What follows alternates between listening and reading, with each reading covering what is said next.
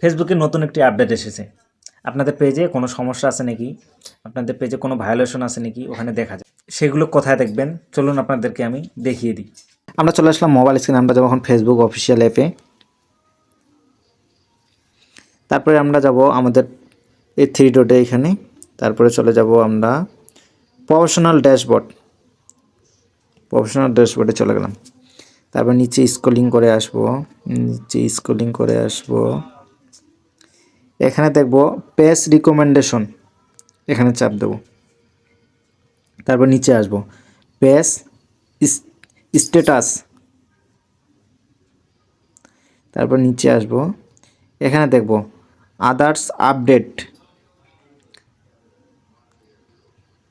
এখানে যদি আমার কোনো ভায়োলেশন থাকতো, কোনো পেজের যে কোনো কিছুর ভিডিও কিংবা কোনো কিছু যদি সমস্যা থাকতো, তাই এখানে শো করতো। আমার কোনো পেজের কোনো সমস্যা নেই, তার মানে আমার পেজ একদম ক্লিয়ারলি আছে, এখানে কোনো কিছু শো করেনি।